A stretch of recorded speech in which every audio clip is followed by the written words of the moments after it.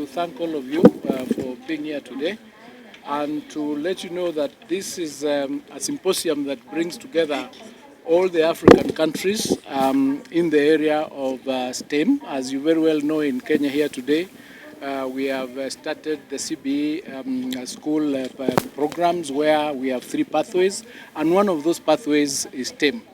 And in terms of development, each and every country that has ever made it well in this world, in this globe, has had to emphasize and invest heavily in STEM, and that is what we are trying to do. And STEM is science-based, so that we can move to industrialization. As you are very well aware, especially in the African countries and especially in this country, we've done a lot in ensuring that we have the human resource that is acceptable across the world. But we've not done that well in the STEM field, and we've not done that well in industrialization. So we are coming together as African countries to collaborate and ensure that we engage our individual governments to invest more in STEM, so that we can progress in that industrialization process in order to provide jobs for our youth. As you know, we have a youth bulge. The 60%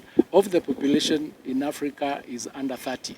And by the year 2050, 1 in every 4 youth will be from 1 in every 4? 4 in every 1 will be from Africa. So we have to ensure that we put programs in place that support that particular group as we continue working in our individual countries. So this team that is here will be discussing the various methods of collaboration.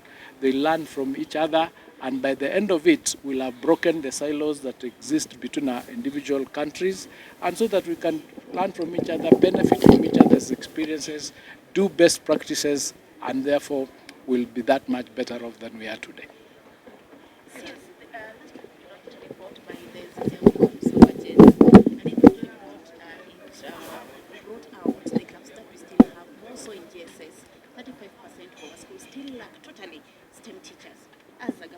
That we lack teachers who are doing STEM areas, or it's a gap that we don't employ STEM teachers at all? That gap does exist, and one of the programs that we are putting in place is issues relating to rationalization. We have teachers, but we have some schools that have more STEM teachers than others, so we are working towards a program of rationalization to ensure that each school at least has a STEM teacher. Some of our universities and colleges have graduated STEM teachers who we are going to employ in the 24,000 that are coming up in September, so that going forward we have enough teachers to handle STEM in all our universities. Further, in all our schools. Further, we from this month towards the month of October, we are building 1,600 laboratories to ensure that each school that did not have a laboratory, they do have, so that as our students get in there, they are able to do their subjects with the particular infrastructure in place. Please comment about the capitation. What about the capitation? Are they exploded? There was a delay.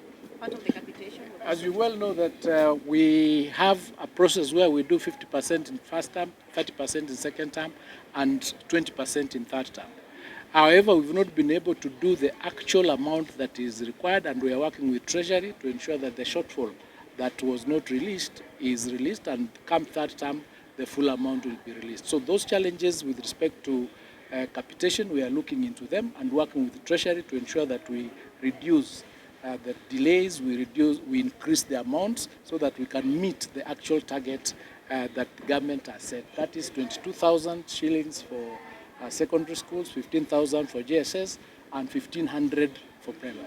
Yes, any comment on the unrest in schools, and also where are we with the issue of do we know where the teacher is, or what is the ministry doing? When that issue of Allah's girls was brought to us, we immediately initiated investigations on the conduct of that particular teacher on 2 fronts.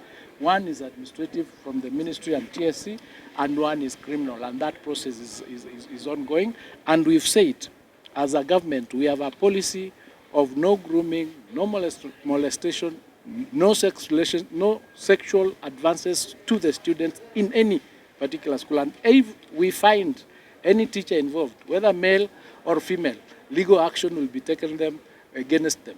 And therefore, that is actually the position of government, and investigations are taking place. We've ensured that all our field officers have been advised to go into the schools and ensure that they are working together with the BOMs, with the head teachers, to ensure that this is brought to a halt, and any particular person who may be involved, legal action, criminal action will be taken against them. Has the teacher been arrested? Not as of now, because there is being looked for. I think he's not in the country, so I'm not sure.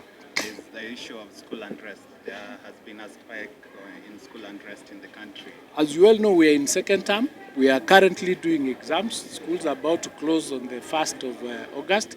Normally, when exams are about to take place, there's some sort of unrest that takes place, but we've advised our head teachers and our field officers to work with the students, encourage them so that they don't panic, in order for them to do the exams and continue learning. So that issue is being addressed holistically, using the community, using government officers, using the parents, so that the students do not have to worry. Even if they are not that prepared to do the exams, they do not need to panic. There is always a way out. So that discussion is taking place and it's being handled. Thank you, guys. Okay, that's enough. That's enough.